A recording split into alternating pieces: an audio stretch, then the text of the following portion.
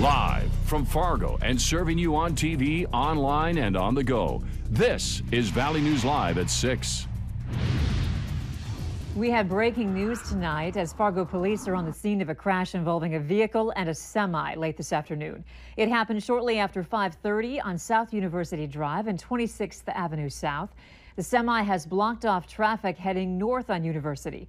Officers are trying to reroute traffic at this time. There's no word whether anyone was hurt, but we do have a crew on the scene, so stick with Valley News Live for updates. I don't think there's any absolute need for panic or, people like running indoors immediately. West Nile virus is confirmed in mosquitoes here in Cass County, with vector control finding the infection in a sample in North Fargo. And last year, this area had the highest number of human West Nile cases in the state.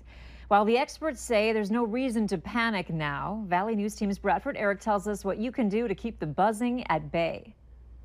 First a bird in Grand Forks, now a mosquito trap here in North Fargo. Our annual worry over West Nile virus is here, but Cass County Vector Control says it's much earlier than usual. Our standard surveillance for West Nile virus finally picked up a positive grouping or pool of mosquitoes just yesterday, right before we were heading out to do nuisance mosquito relief. Prather says the mosquitoes carrying the virus typically don't peak for another month yet. We're still plenty busy, especially with this new West Nile threat. We have been seeing a lot of increased calls. Safeyard is just one of the mosquito control companies operating around the FM area.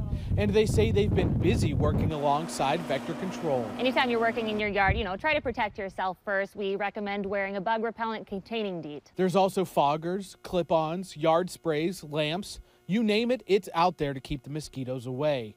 But with many of us hitting the road this Friday to Lakes Country, staying indoors during peak bug hours isn't exactly reality. Definitely don't think it's realistic for people to say, okay, we're not going outside. It's a short season here in North Dakota in the Great Plains. Prather says if you're still getting bit, find something with a stronger percentage of DEET. Bradford Eric, Valley News Live. While West Nile has proven deadly here in eastern North Dakota in years past, so Vector Control urges you to at least have some spray and long sleeves on hand. They were spraying last night in the Fargo-Moorhead area and in the Northern Valley, and just in time, because according to Vector Control, the mosquito count is high. Take a look at this map that Vector Control posted on its Facebook page, showing the amount of mosquitoes that have been caught in traps throughout Cass County. The red and dark red areas you see on the map, especially in the FM metro area, show a high mosquito population. A Vector Control supervisor says they use this map to help coordinate future spraying and also show areas they'd like to concentrate on. There isn't any scheduled spraying at this time. It looks like our warm weather is still hanging around. Here's a live look from the Valley News Live Skyview drone over South Fargo. Our heat wave continued this afternoon, but we're wondering what's in store for us tonight. Let's go over to Hutch Johnson for the latest on that. Hutch? Thanks so much, Andrea. First and foremost, the weather outside delightful this evening, and sevens are wild. The temperature this evening at the pool, if you're going out or just spending some time in the backyard, 77 degrees on 7/7 of 2017. Quiet weather this evening across the entire region. As we head into the evening hours, we'll see the temperatures fall back into the 60s, but we remain dry. Let's go ahead and take a live look at that shot. We are looking down now at live Skycam shot right now. That is the Bowler. That is University and 26th Avenue South. That is a update on the accident. There is a semi and a truck there. Traffic seems to be moving along, and they are clearing the scene. So some good news there as well. More good news in your forecast for the weekend if you like sunshine. And if you need rain, we'll tell you when the next chance of that'll be coming up in a bit. All right, thank you, Hutch. And if you want to keep up with the latest weather conditions where you live, download the Valley News Live Storm Team Weather app. You'll get the latest forecasts, conditions, and you can even follow the radar live. Just search VNL Weather in the App Store and download it for free. A strange situation at the Fargo police station as a man is facing terrorizing charges after officers say he pulled the fire alarm. 21-year-old Drew Christensen is also facing criminal mischief charges. Police say that Christensen went to the police department to file a report, but then became annoyed while waiting. He then ripped the thermostat off the wall, smashed it on the floor, and pulled the fire alarm. The entire building was evacuated for a short time Wednesday evening. A court date has been set for a former North Dakota sheriff now facing felony drug and bribery charges. Former Wells County Sheriff Johnny Lawson will have a preliminary hearing September 8th. Lawson has been charged with felony counts of conspiracy to deliver meth and bribery, and misdemeanor counts of providing false information to a law enforcement officer, neglect of duty by a public official, and ingesting meth. He's currently free on a $25,000 bond. It's Friday and time to take a look at this week's Valley's Most Wanted.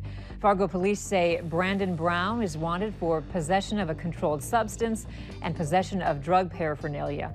You can call your local law enforcement if you have any information on Brown. To date, the Valley's Most Wanted program has helped police make more than 580 arrests. One person was hurt and another given a ticket after a 5-car crash in Grand Forks. It happened just after noon today at the intersection of 32nd Avenue and 20th Street South. The crash partially shut down the intersection for an hour. Officers say it started when Darren Razor of Grand Forks ran a red light in his pickup while heading west on 32nd Avenue. Razor hit a vehicle which was pushed into another vehicle, and then Razor's pickup spun and hit 2 others. One driver was taken to a hospital, but we don't know their condition yet. No one else was hurt. Drought conditions persist in North Dakota, causing severe damages to crops and livestock. But more relief could be on the way for ranchers, and perhaps a little sooner than they expected. North Dakota U.S. Senator John Hoeven spoke with members of the Stockmen's Association today and says he was pushing for Conservation Reserve Program land to open for haying on July 15th instead of August 1st. Hoeven says he's working closely with the Stockmen's Association to try and get that date moved up. And I think we're going to get July 15 to actually go out there and be able to get that hay. And so I don't have it for sure yet, but I think you'll see in the next day or two, we'll have that. Hoeven and ranchers agree it's important to start haying the land to get the most nutritional value possible for livestock. The company that built the Dakota Access Pipeline is heading to court once again. Energy Transfer Partners is facing a $15,000 fine for not telling the Public Service Commission about the discovery of Native American artifacts during construction. ETP notified the State Historic Preservation Office, but the PSC didn't find out until its own inspectors discovered it. Yeah, it's surprising to me that the company wants to drag this out for so long. I mean, it's a pretty modest fine on an infraction that is clearly, there. A public hearing on the issue is scheduled for August 16th, but the company requested to have written comments submitted first, which pushed the deadline to September 22nd. Minnesota law enforcement organizations are lashing out against Governor Mark Dayton, accusing him of kicking Minnesota cops to the curb after he recommended a new training fund be named after Philando Castile. Dayton made the recommendation at a news conference yesterday. The fund will direct $12 million toward training for officers working in diverse communities. But the recommendation didn't sit well with some law enforcement officials who say the governor is using the power of his office to fuel deeper divisions between minorities and law enforcement. Some law enforcement say the governor is taking that tragic situation and exploiting it to further his political agenda without any thought or regard for any law enforcement. And law enforcement isn't the only group that has a beef with Governor Dayton. Protesters will be on Mille Lacs Lake to greet him when he goes bass fishing there Saturday. Walleye fishing, even catch and release, is prohibited on the Big Lake for the next 3 weeks. The Department of Natural Resources is trying to protect the lake's struggling walleye population from dying after they're released, which gets worse in warm weather. Critics are organizing a boat rally offshore from the resort, claiming politics rather than biology guides how the DNR manages the lake's walleyes.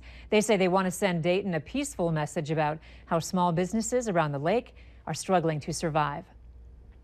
Minnesotans looking to renew vehicle tabs or replace license plates will find the service unavailable for several days later this month as the state upgrades its IT system. From July 20th to the 24th, Minnesota residents will not be able to update their tabs, get a new license plate, or apply for a vehicle title at driver and vehicle services offices around the state. Online services will be unavailable even longer from July 17th to the 24th. Driver's licensing operations will not be affected except on Saturday, July 22nd. Officials say the upgrades should eventually make the process of updating your vehicle tabs or renewing your driver's license a more pleasant experience for everyone involved. If you want to start a business, North Dakota has been ranked the #1 state for doing that. Later on Valley News Live at 6, we'll tell you what makes the Peace Garden state so great for startups. And our weather cooling off with temperatures still average. We are well below average in the Fargo area for moisture, almost 4 inches below normal for this time of the year. Even drier out in Jamestown. Your forecast includes a chance of rain. I'll tell you when and where next.